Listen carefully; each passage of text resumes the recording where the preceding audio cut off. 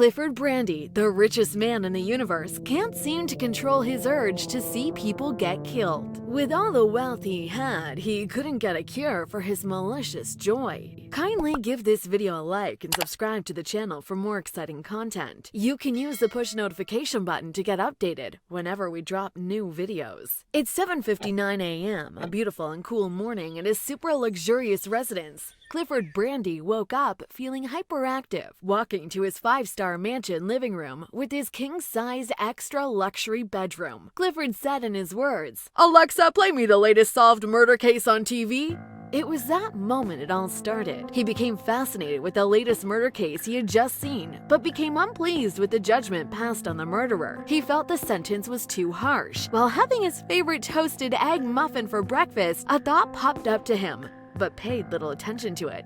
Not until midday, when the same thought popped up again. This time, he was eager about what the thought was going to become. He placed a call to his personal help to set up an impromptu meeting with his IT personnel. Clifford discussed creating an app that allows people to register for a live game. A game proposed to be outside the walls of the app. The application was a trap, just to get necessary information about those willing to take part in it. Clifford got a special team to work on his proposed project, but no one knew what the outcome would be for him. He ensured the legal team on the app for the terms and conditions were outstanding. The interface for the app was second to none. Clifford Brandy spent $12 million to execute the project. Things were going smoothly as planned for the execution of the app. On the 15th of April 2020, they introduced the app to the public, and there was a reward for those who scaled through all the 12 levels attached to the game. Clifford made a video that went viral with 1 billion views within an hour. In the video, he assured anyone who took part in the MGA and cleared all the levels would have a certain percent of his wealth. He further stated that 60% of his wealth will all go to potential winners of the MGA. The news of the app was trending all over the world, and everyone was eager to take part just for the money attached to it. Clifford saw the acceptance of the app by the public. He ensured the arena where the actual game will take place doesn't get leaked to the public. The week they made the MGA available for download, 100 million people registered for the game and were interested in its benefit, but soon people noticed the app contained no actual game. They only got to receive a confirmation code to a direction to a disclosed location. People saw no wrong in this and thought it was going to be more fun. Clifford had purchased and also requested for more production of sophisticated weapons to be used for the arena game. They programmed the app to categories for the registered app users into batches for the deal they signed up for. The arena for the game was underground, built in a lonesome area of New Jersey.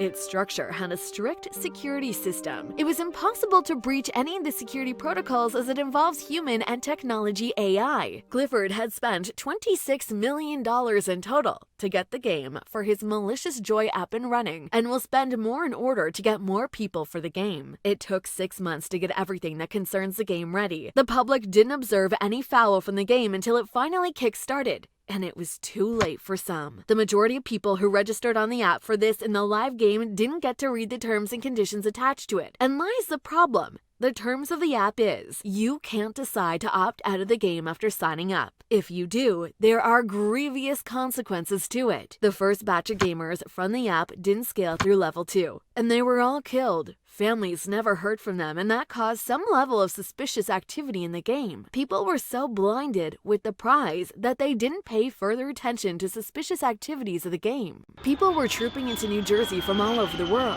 Some had quit their daily jobs so they could take part in the MGA. Some of the first batches of gamer had registered and didn't show up. They were all assassinated at their various locations. Clifford was pumping more money into the activities of the game. His personal assistant, who became displeased with what Clifford was doing, tendered his resignation letter, but didn't make it out of the door alive. The camera feeders from the arena where it was all happening were only accessible to the wealthiest man who had organized the death game. It requires a security layer that only he can access. He could watch the death game happening from his home, mobile gadgets and office system. At the arena, about 1,500 people were going inside, but not coming out alive. Inside the arena, one gamer, May saw what he had to undergo to win the prize, but wasn't interested in the game of death as it differed from what he had signed up for. May talked to one of the security guards in the arena and was told he agreed to the terms and there was no going back at this point. May had somehow breached the security system of the arena. He and his teenage friends were tech-savvy who had created a super mini camera to get a snippet of what the game was. The team of teenagers have heard the conversation between May and the guard, had to go back to the terms of the game and became shocked to see what the game's intention was. May couldn't surpass the arena level 4 games, but he has the highest level holder of the game. Blown up by a grenade, he had mistakenly stepped on the arena level 4. Scenes from the arena were so gory that it fed Clifford's malicious joy. The more his ego fed, the more he increased the prize. My friends, having read the terms and conditions of MGA, have avenged their friend's death and vowed Clifford would not escape what they had planned for him. Rumors were spreading about the MGA across all socials, about the terms and conditions of the game. People uninstalled the app, but it was too late for an estimated 33,000 people who had died from the arena. Despite the rumors and validity of the terms and conditions, people were still eager to get on board for the game. The team of teenagers who vowed to avenge May's death strategized and came up with a plan to get Clifford to pay for the crime he had committed against humanity. With the security around Clifford, it seemed impossible for the team of teenagers to get across to him, but they noticed he had less security around him on Sundays, as he has a love of connecting with nature on the said day of week. The team of teenagers executed their plans as proposed. They got access to his woodhouse in the backyard where he loves connecting with nature. The 4 numbers team of teenagers could kidnap Clifford from his home and take all the gadgets he was using to communicate in the arena. The team, upon their arrival at the warehouse hideout, forced Clifford to make a confessional video about his intention with the MGA.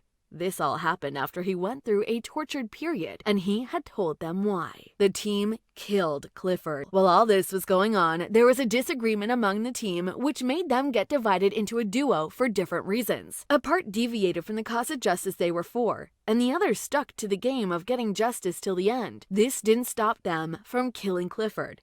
And at midnight, they hung his lifeless body on the highway bridge somewhere in New Jersey. During the early hours of the day, they released a confessional video they forced him to make via his private social media platforms. The news of Clifford's death spread like a virus across the world, and this got people annoyed at playing for their lives in his ego and malicious joy. The team later concluded to send the location of the arena to the Bureau of Investigations. They discovered an estimate of 50,000 people were killed in the biggest self-organized crime against humanity. The team of teenagers remained anonymous to the public and the Bureau of Investigations. They destroyed Clifford's businesses around the world beyond savage, and they conducted a mass burial for the bodies retrievable from the arena. Do like this video, share it with your friends, and also subscribe to the channel. And stay tuned for more and more upcoming videos.